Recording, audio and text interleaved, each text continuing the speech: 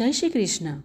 આપણા ધાર્મિક શાસ્ત્રો અનુસાર માઘ માસનું વિશેષ મહત્ત્વ હોય છે અને આ માસમાં કરાયેલા દાન પુણ્યનું કાર્ય હંમેશા શુભ ફળ આપે છે અને કહેવાય છે કે માઘ પૂર્ણિમાએ બધા દેવી દેવતાઓ પૃથ્વીલોક પર આવે છે। તેમજ પદ્મપુરાણમાં મહર્ષિ વશિષ્ઠજી કહે છે કે સંપૂર્ણ માઘ માસ દરમિયાન માઘ સ્નાન એટલે પ્રાતઃ સ્નાન કરવાથી ભગવાન વિષ્ણુ અત્યંત પ્રસન્ન થાય છે અને સુખ સૌભાગ્ય પ્રદાન કરે છે।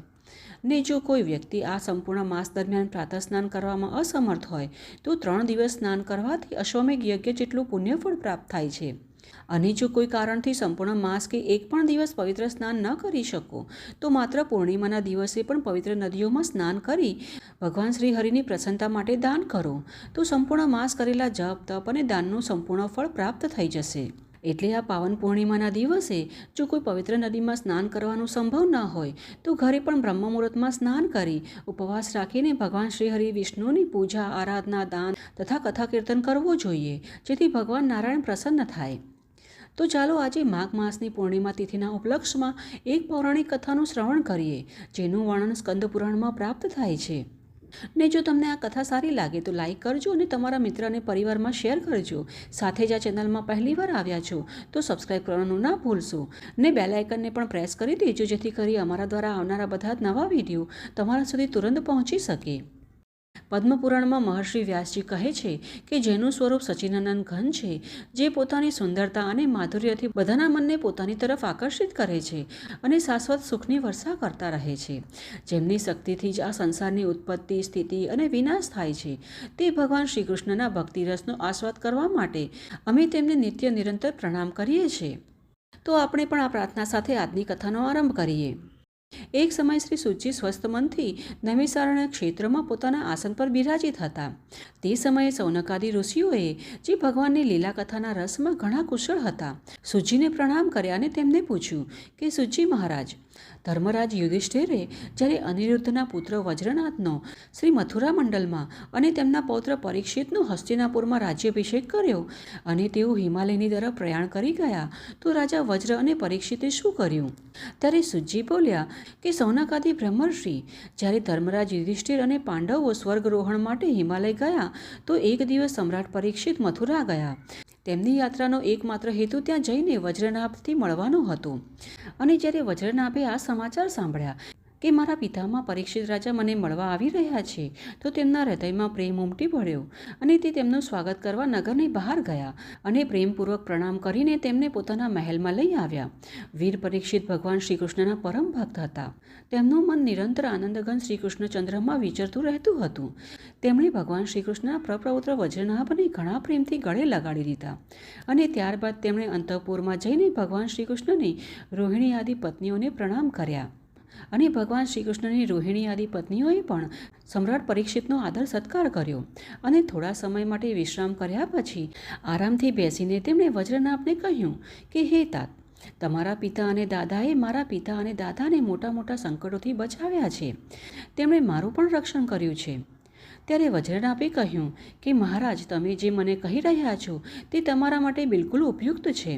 તમારા પિતાએ પણ મને ધનુર્વેદની શિક્ષા આપીને મારા પર મોટો ઉપકાર કર્યો છે, કારણ કે તેમની કૃપાથી જ હું ક્ષત્રિયો માટે આવશ્યક એવી શૂરવીરતાથી સારી રીતે સંપન્ન થયો છું। મને માત્ર એક વાતની જ મોટી ચિંતા છે, તમે તે વિષયમાં કાંઈક કહો, તે વિશે વિચાર કરો અને તે ચિંતા આ છે કે હું મથુરા મંડળના સિંહાસન પર અભિષિક્ત થઈ ચૂક્યો છું, તેમ છતાં હું અહીં એક નિર્જન વનમાં રહું છું। મને ખબર નથી કે લોકો ક્યાં ગયા, કારણ કે રાજ્યની ખુશહાલી ત્યારે જ છે જ્યારે પ્રજા હોય। હવે જ્યારે વજ્રનાભે આ વાત પરીક્ષિતને કહી તો તેમણે વજ્રનાભની શંકા દૂર કરવા માટે મહર્ષિ શાંડિલ્યને બોલાવ્યા। આ જ મહર્ષિ શાંડિલ્ય પહેલાં નંદી આદિ ગોપજનોના પુરોહિત હતા। હવે પરીક્ષિત રાજાનો સંદેશ પામીને મહર્ષિ શાંડિલ્ય પોતાનો આશ્રમ છોડીને ત્યાં આવ્યા। ત્યારે વજ્રનાભે તેમનું વિધિપૂર્વક સ્વાગત કર્યું અને એક ઊંચા આસન પર બેસાડીને તેમને સાંત્વના આપતા બોલ્યા કે પ્રિય પરીક્ષિત અને વજ્રનાભ, હું તમને વજ્રભૂમિનું રહસ્ય કહું છું, તમે ધ્યાનથી સાંભળો। વ્રજ શબ્દનો અર્થ છે વ્યાપ્ત થવું। વૃદ્ધ વચન અનુસાર વ્યાપ્ત હોવાથી આ ભૂમિને વ્રજ કહેવામાં આવે છે। સત્વ, રજ, તમ આ ત્રણેય ગુણોથી પર જે પરબ્રહ્મ છે, જે સર્વવ્યાપી છે, તેથી જ તેને વ્રજ કહેવામાં આવે છે। તે અનાદિ, નિત્ય અને અવિનાશી છે। આમાં જીવન મુક્ત પુરુષ વસે છે. આ પરબ્રહ્મ સ્વરૂપ વ્રજધામમાં નંદનંદન ભગવાન શ્રી કૃષ્ણનો નિવાસ છે. તેમનો પ્રત્યેક અંગ સચ્ચિદાનંદ સ્વરૂપ છે. તેઓ એક આપ્તકામ છે. પ્રેમ રસમાં ડૂબેલા રસિકજન જ આનો અનુભવ કરી શકે છે. કામ શબ્દનો અર્થ છે ઈચ્છા, અભિપ્સા. અને વ્રજમાં તો ભગવાન શ્રી કૃષ્ણની બધી જ પ્રિય વસ્તુઓ છે, જેમ કે ગાયો, ગોવાળો, ગોપીઓ અને તેમની સાથે લીલા વિહાર આદિ. તે બધું અહીં નિયમિત છે. તેથી શ્રી કૃષ્ણને આપ્તકામ કહેવામાં આવે છે. ભગવાન શ્રી કૃષ્ણના આ રહસ્ય હરિત પ્રકૃતિથી પર છે. જેમ જેમ તેઓ પ્રકૃતિ સાથે રમતા હોય છે, અન્યોને પણ તેમની લીલાઓનો અનુભવ થયા કરે છે. પ્રકૃતિ સાથે થતી લીલાથી જ રજોગુણ, સત્વગુણ અને તમોગુણ દ્વારા સૃજન, સ્થિતિ અને પ્રલયની પ્રતીતિ થાય છે. આ પ્રકારે તે નિશ્ચિત છે કે ભગવાનની લીલા બે પ્રકારની છે, એક વાસ્તવિક અને બીજી વ્યવહારિક. વાસ્તવિક લીલા સ્વયં વેદ છે, એટલે કે તેને ફક્ત સ્વયં ભગવાન અને તેમાં સમર્પિત ભક્તો જ જાણે છે. અને જીવનની સામે જે લીલા થાય છે તે વ્યવહારિક લીલા છે. વાસ્તવિક લીલા વિના વ્યવહારિક લીલા થતી જ નથી, પરંતુ વ્યવહારિક લીલા કદી વાસ્તવિક લીલાના ક્ષેત્રમાં પ્રવેશ કરી શકતી નથી. તમે બંને ભગવાનની જે લીલા જુઓ છો તે વ્યવહારિક લીલા છે. આ ધરતી અને સ્વર્ગ આ જ લીલાના અંતર્ગત છે. આ જ પૃથ્વી પર આ મથુરા મંડળ છે. અહીં તે વ્રજભૂમિ છે, જેમાં ભગવાનની વાસ્તવિક રહસ્ય લીલા ગુપ્ત રૂપે ઘટિત થાય છે. તેઓ ક્યારેક ક્યારેક બધા પ્રેમી હૃદય ભક્તોની વચ્ચે જોવા મળે છે, તો ક્યારેક ક્યારેક 28મા દ્વાપરયુગના અંતમાં જ્યારે ભગવાનની રહસ્ય લીલાના અધિકારી ભક્તો અહીં એકત્રિત થાય છે, જેમ કે થોડા સમય પહેલાં થયું હતું.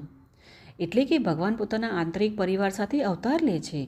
તેમના અવતારોનો હેતુ એ જ છે કે રહસ્ય લીલાના અધિકારી ભક્તો પણ પોતાના આંતરિક પરિવારજનોના સાથે લીલા રસનો આસ્વાદ કરી શકે. આ પ્રકારે જ્યારે ભગવાન અવતાર લે છે, તે સમયે ભગવાનના પરમ પ્રેમી પણ અવતાર લે છે. તે સમયે ભગવાનના અત્યંત પ્રિય દેવતા અને ઋષિ આદિ પણ પૃથ્વી પર ચારે તરફ અવતાર લે છે. હમણાં જે અવતાર ધારણ કર્યો હતો તેમાં ભગવાને પોતાના બધા ભક્તોની અભિલાષા પૂર્ણ કરી. હવે તે અંતર્ધ્યાન થઈ ગયા છે. પણ એ નિશ્ચિત છે કે અહીં પહેલાં 3 પ્રકારના ભક્તો હાજર હતા. આમાં કોઈ શંકા નથી. આ 3 પ્રકારના ભક્તોની પ્રથમ શ્રેણીમાં તેઓ છે જે ભગવાનના શાશ્વત અંતરંગ પાર્ષદ છે, જે ભગવાનથી કદી અલગ થતા નથી. બીજા તેઓ છે જે ઈશ્વરની આંતરિક લીલામાં પ્રવેશની ઈચ્છા રાખે છે. અને ત્રીજા પ્રકારના દેવતાઓ આદિ આવે છે. આમાંથી જે દેવતા આદિ અંશથી અવતરિત થયા હતા, તેમણે ભગવાનને પહેલેથી જ વ્રજભૂમિથી હટાવીને દ્વારકા મોકલી દીધા હતા. ત્યારબાદ ભગવાને બ્રાહ્મણોના શ્રાપનો લાભ લીધો અને યદુકુળમાં અવતરિત દેવતાઓને સ્વર્ગ મોકલી દીધા અને તેમને ફરીથી પોતાના અધિકાર પર સ્થાપિત કરી દીધા. અને જે લોકો એકમાત્ર ભગવાનને પ્રાપ્ત કરવા ઈચ્છા રાખતા હતા, તેમને પ્રેમાનંદ સ્વરૂપ બનાવીને ભગવાન શ્રી કૃષ્ણએ સદા માટે પોતાના પાર્ષદોમાં સામેલ કરી લીધા, જે નિત્ય પાર્ષદ છે. તેઓ જોકે અહીં ગુપ્ત રૂપે થતી નિત્ય લીલામાં સદા હાજર રહે છે. અને આમ જોવા જતાં આજે પણ તેઓ અહીં ગુપ્ત રૂપે થતી નિત્ય લીલામાં સદા હાજર રહે છે, પરંતુ તે માણસો માટે લુપ્ત થઈ ગયા છે, જે તેમને જોવા માટે અધિકૃત નથી. જે લોકો વ્યવહારિક લીલામાં સ્થિત છે, તેઓ શાશ્વત લીલાને જોવાના અધિકારી નથી. તેથી અહીં આવનાર બધાને ચારે તરફ નિર્જનવન સૂનું સૂનું જ દેખાય છે. સમગ્ર રસ્તા એક સૂનું જંગલ દેખાય છે. એક સ્વપ્ન જેવું લાગે છે, કારણ કે તેઓ વાસ્તવિક લીલામાં સ્થિત ભક્તજનોને જોઈ શકતા નથી. તેથી વજ્રનાભ, તમારે બિલકુલ ચિંતા કરવાની જરૂરત નથી. મારી આજ્ઞાથી તમે અહીં ઘણા ગામો વસાવો. એવું કરવાથી તમારી બધી જ મનોકામનાઓ ચોક્કસપણે પૂર્ણ થશે. જ્યાં ભગવાન શ્રી કૃષ્ણએ લીલા કરી છે તે પ્રમાણે તે સ્થાનનું નામ રાખીને તમે અનેક ગામો વસાવો અને આ પ્રકારે દિવ્ય વ્રજભૂમિની ભલી રીતે સેવા કરતા રહો. ગોવર્ધન, દીર્ઘપુર અર્થાત ડીંગ, મથુરા, મહાવન અર્થાત ગોકુળ, નંદીગ્રામ અર્થાત નંદગાંવ અને બૃહસ્સાનુ અર્થાત બરસાના આદિ સ્થળોએ તમારે તમારા માટે શિબિર બનાવવી જોઈએ. અને ભગવાનના બધા લીલા સ્થાન જેમ કે નદી, પર્વત, ઘાટ તે બધા સ્થળો પર રહેવું જોઈએ. સરોવર, તળાવ અને કુંજવન આદિની સેવા કરતા રહેવું જોઈએ. આવું કરવાથી તમારા રાજ્યમાં પ્રજા અત્યંત પ્રસન્ન થશે અને તમે પણ પ્રસન્ન થઈને સુખપૂર્વક શાસન કરશો. આ વ્રજભૂમિ સચ્ચિદાનંદમય છે, તેથી તમારે પ્રયત્નપૂર્વક આ ભૂમિની સેવા કરવી જોઈએ. હું તમને આશીર્વાદ આપું છું કે મારી કૃપાથી તમે ભગવાનના બધા લીલા સ્થળોને સારી રીતે જાણી લેશો. વ્રજનાભ, આ વ્રજભૂમિની સેવા કરતાં કરતાં તમે એક દિવસ ઉદ્ધવજીના દર્શન કરશો. ત્યારે તમે તમારી માતાઓ સહિત તેમની પાસેથી આ ભૂમિ અને પરમેશ્વરની લીલાઓનું રહસ્ય જાણી લેશો. તો આ પ્રમાણે મુનિ સાંડિલ્યએ વ્રજનાભ અને પરીક્ષિત રાજાને આશ્વાસન આપ્યું અને ભગવાન શ્રી કૃષ્ણનું સ્મરણ કરીને પોતે પોતાના આશ્રમ તરફ પ્રયાણ કરી ગયા. અને તેમની વાતો સાંભળીને પરીક્ષિત રાજા અને વ્રજનાભ બંને અત્યંત પ્રસન્ન થયા અને ફરીથી મથુરા મંડળના નિર્માણનો નિશ્ચય કર્યો. તો આ હતી આજની અમારી માઘ પૂર્ણિમા વ્રતની કથા. આ કથા તમને કેવી લાગી તે અમને કોમેન્ટ બોક્સમાં લખીને અવશ્ય જણાવજો. અને જો સારી લાગી હોય તો કોમેન્ટમાં જય શ્રી કૃષ્ણ અવશ્ય લખજો.